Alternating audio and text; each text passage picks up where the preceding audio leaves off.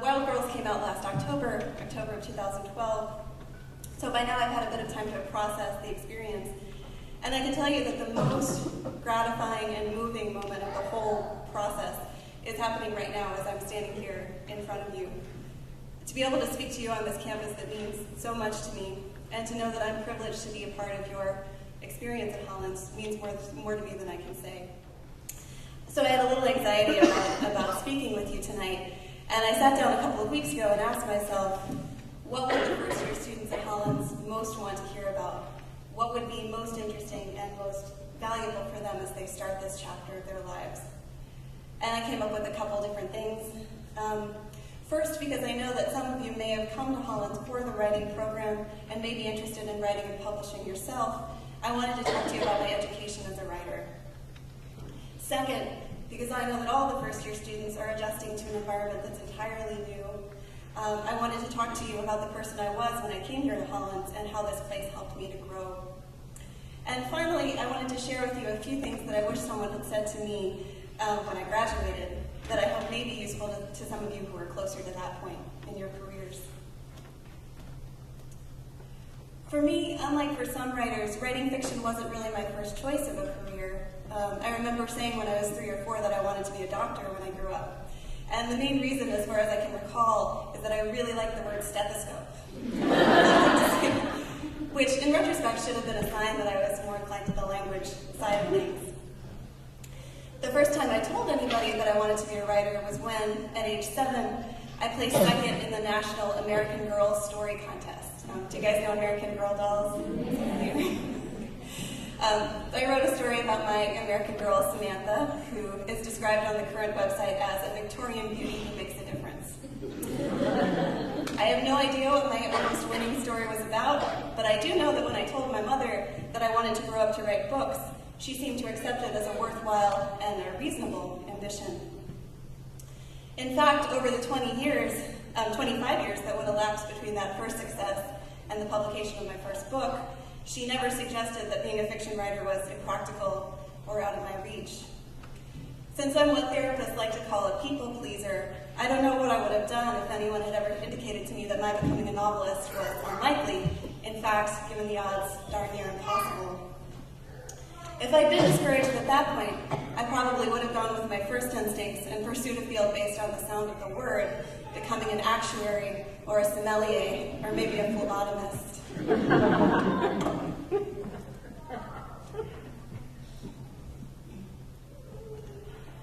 If you'd asked me when I wrote that first story what writers did, my answer would have been a simple one. They tell stories. Like most young readers, I was aware of the books I loved only on that level. In books, things happened.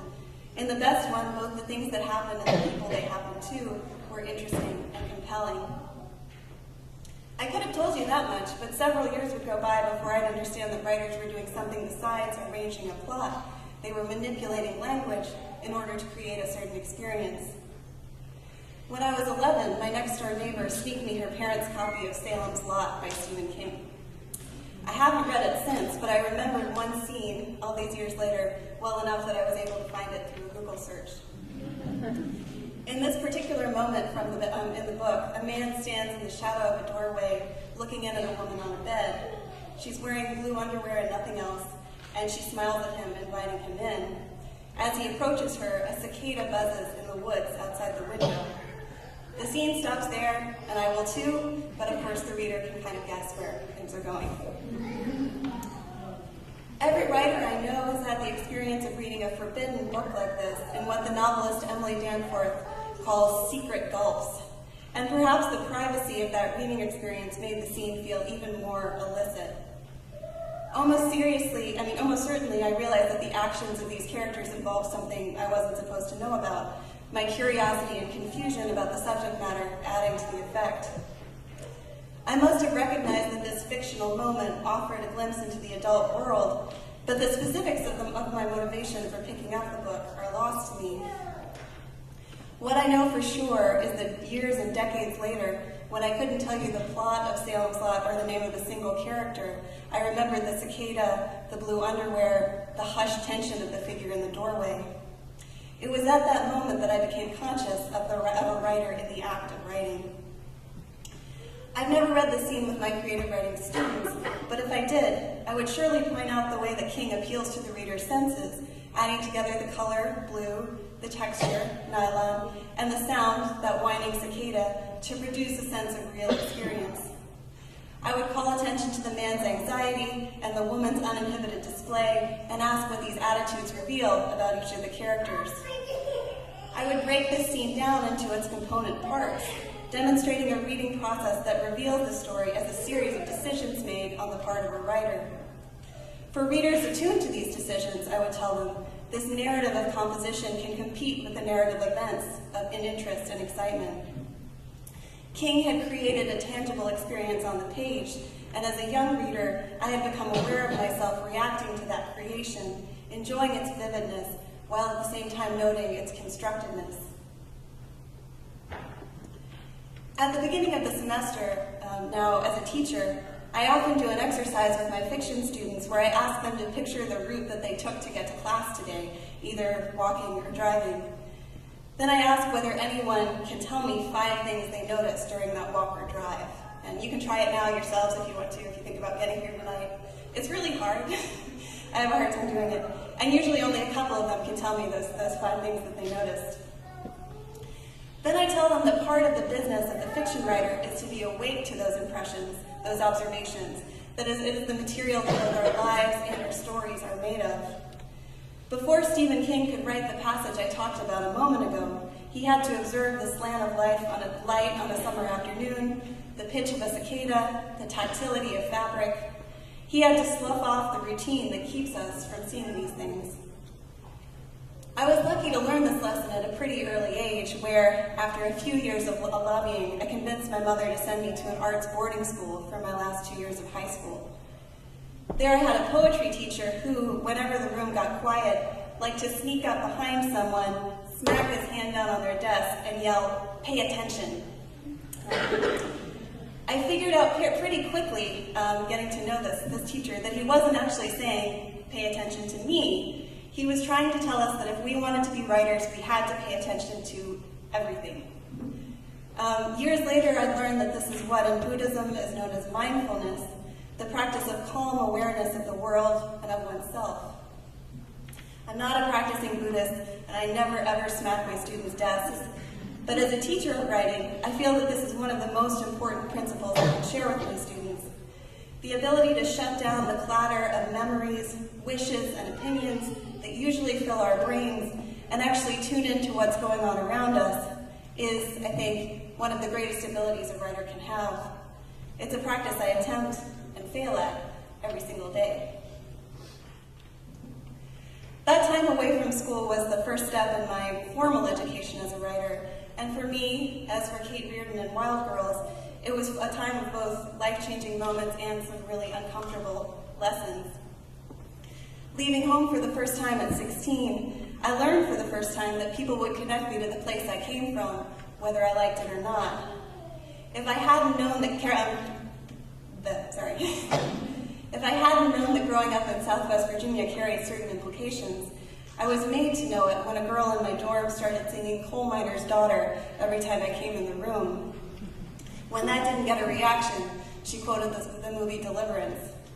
I'd never seen the movie, I'm sure a lot of you have, but I knew that wasn't supposed to be a compliment. I had grown up, as Trish mentioned, in the town of Bradford, which is about 50 miles south of here on Interstate 81. Bradford is definitely not the Swan River of Wild Girls any more than I'm Kate Reardon. However, Kate's attitude toward her hometown is very similar to mine as a teenager. It's not something I'm proud of, but as soon as I realized that someone could look down on me for coming from a certain part of the country, I became convinced that I deserved something better. Secretly, I imagined lives for myself in the towns my friends called home, big cities like Manhattan, Chicago, or San Francisco, or college towns like Ann Arbor and Madison, Wisconsin. In my understanding, these places had a few crucial things in common. They were cold, they were full of smart people, and no one who lived there talked in a funny accent or invited you to go to church as a social activity. In San Francisco, half your class wouldn't disappear on the first day of deer season. In Madison, you would never have to explain to the waitress that you wanted your iced tea unsweetened. Of course, I was wrong about a lot of these things. People in Chicago and New York do have very funny accents. More importantly, though, I was wrong to dismiss the place that I came from, to presume that having a different perspective was a disadvantage. In the years to come, I would learn to appreciate and want to celebrate the unique identity of the place I was lucky enough to call home. About a month ago, I moved to San Luis Obispo, California, which is an incredibly beautiful city between LA and San Francisco on the California coast. Apparently, Oprah called it the happiest city in America. Kind of feel like she should know since she's been everywhere. And it really seems like she was right. To me, however, no place is more beautiful and more conducive to happiness than the Blue Ridge Mountains of Virginia. It's the place where I feel more awake, more aware, more mindful than I do anywhere else. Those of you who have never spent an October in this part of the country, be forewarned, one fall at Hollins will ruin you for fall everywhere else. I don't think I'm spoiling anything for those of you who haven't read the book when I say that Kate does, at a certain point, commit herself to the place she comes from. She realizes she doesn't really want to get away at all. She wants to do what she can to make the place she loves better. The question Kate considers here is a question that everyone in college has to consider at some point. Who are your people? Who has the right to call on you, to ask for your help and service? In the time to come, you may have different answers to this question. Your family, the members of your profession. Maybe for you, as for Kate, it will be your community, either the one you came from or the one you choose for yourself. But I do hope that for all of you, one of the answers to the question, who are your people, will be the women of Hollins. The scholar Raymond Williams has a great phrase for the small towns in English novels where everybody knows everybody else. He called them knowable communities. A knowable community, in Williams' words, depends on face-to-face contacts. It's a place where everyone is familiar to and responsible for everybody else. The knowable community isn't supposed to exist in our contemporary world, but I'm here to tell you that there are a few of them left, and you're sitting in one. Whether you're a professor or a student at Hollins, whether your diploma says 1940, 1989, or 2017, you hold in common with every other member of this group an experience that will always be a basis for shared understanding and support. Those of you in the class of 2017, I'd like you to take a moment to look at the women sitting beside you, in front of you, behind you, and be aware that you're stuck with them not just for the next 4 years, but for the rest of your life.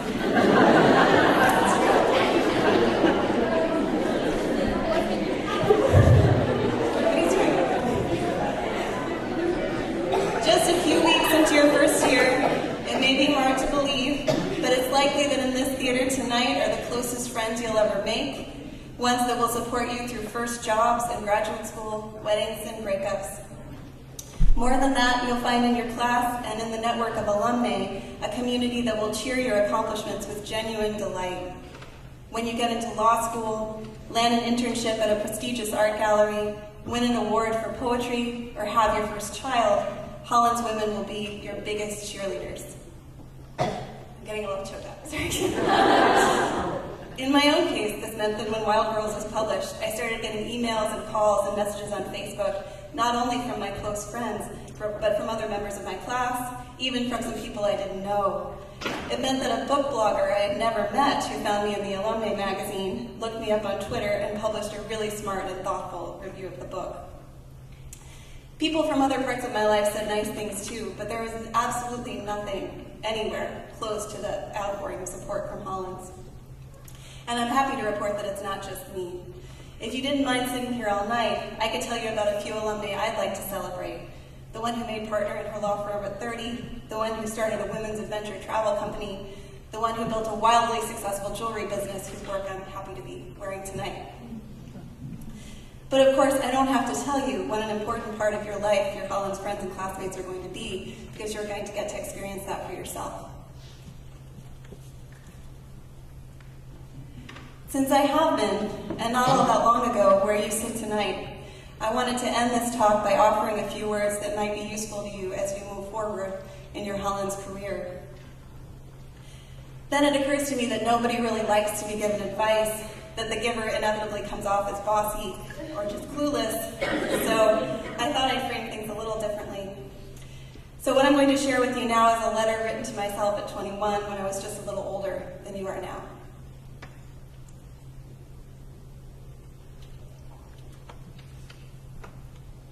Dear Polly, first of all, slow down. I realize this is hard for you. Except in the actual act of writing, you're not one to sit still.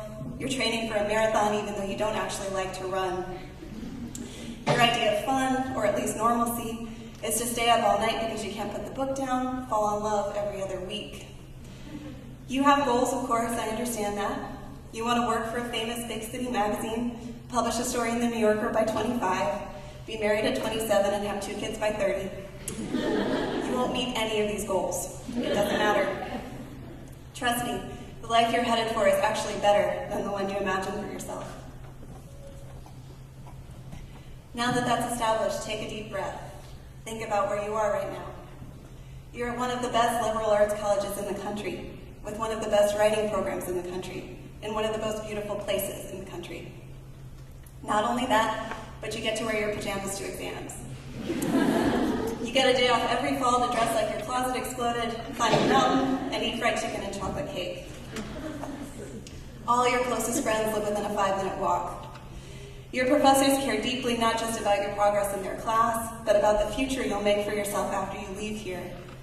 You get to spend all day, every day, reading and talking and thinking about ideas that enlarge and complicate the world you live in.